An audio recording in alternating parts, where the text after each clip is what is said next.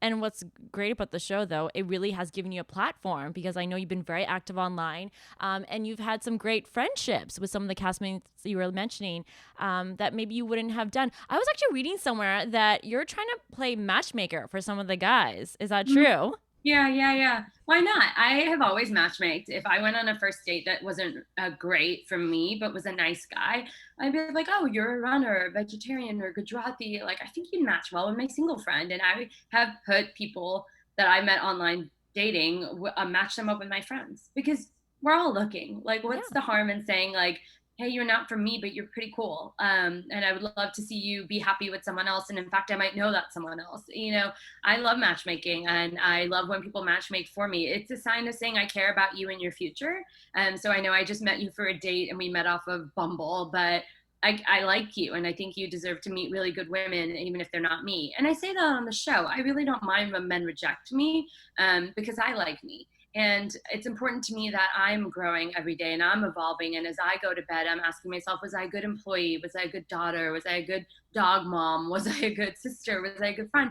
Did I learn something today? Did I help myself grow? And if I can say yes, and I'm going to bed saying yes every day, then I like me.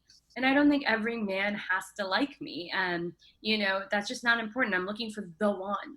And everyone was kind of like kind of in awe of that. I'm like, but that's the whole point. We're not looking for millions of men to like us. We're looking for one really good guy to be our partner, or if or a woman or whatever. Like, we're looking for a partner. I don't care what gender or what's happening there, but looking for that partner is one person. If we all wanted everyone to like us, then I don't know what we're looking for. But then it goes back to likability, right? Seema's sitting there talking to me, and then in the clip where she's talking away from me about me, she's like, "I don't like her talking pattern." And I'm like, "Oh, you didn't like that I was demure and coy and I didn't bat my eyelashes at you, that I was very direct and saying like, hey, this is what I want in my match. This is a really important decision for me. I want to try really hard to make you understand what I'm looking for."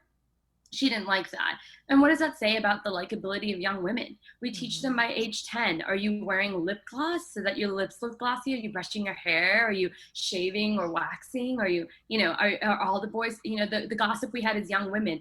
Did you know that 5 guys like her? Like, Jessica's so pretty. 5 men like her, like 5 boys. Like, not Jessica's really cool, a guy that she connects with over video games is, wanting to hang out with her. But Jessica has 5 guys that want her. And then this perpetuates itself as we get older. And we're sitting there dressing for our dates. What's the man going to want me to wear?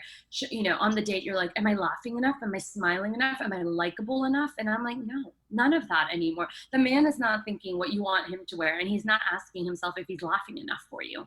He's not asking himself whether or not he giggled or whether or not he should really put more mascara on so his eyelashes can bat more at you. And I think that this is a very uh, systemic issue that we're starting very young in a lot of women, and it's being perpetuated by people in the matchmaking industry who are saying that this is your gendered role as a woman, to be likable and to be likable to all the men, because the men are the ones doing the picking. Apparently they're the ones getting the 150 bio data. I got one. Sima told me that that was the protocol. That's how she matchmakes for everyone. We all get one person, and we don't get to see the next person until we say yes or no to the first person. And I was like arguing with her about it, and she's, that is the way I do matchmaking. And I thought, she's an expert. Like, if that's the way she does it, maybe she's got some kind of idea about this. And then I watched the show, and everybody else gets like anywhere from 3 to 150 options, and I'm like, wait, where were my options? I wouldn't have picked these guys. Like, what's happening?